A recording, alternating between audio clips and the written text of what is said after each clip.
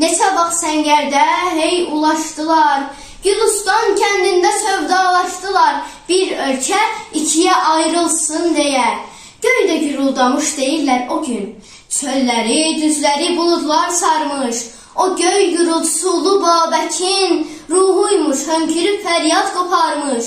Gülüstan kəndinin gül çiçəkləri bir günün içində soldu, saraldı. Gülüstan adlandı, o gündən bəri bu kəndin adına bir ləkə çaldı. Salam vətən, salam vətən.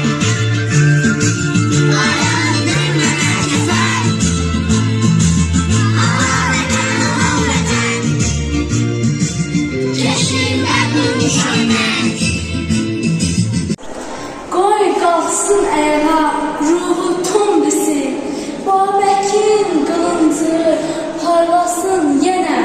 Onlar bu şərtlərə sözünü desin, zənciri kim vurdu şir bilərinə?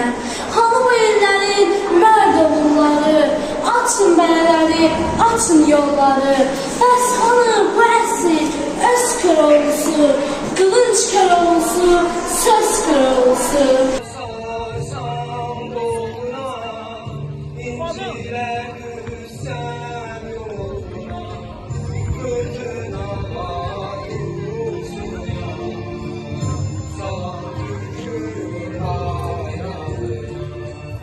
İki qanadla uçar, yüksələr.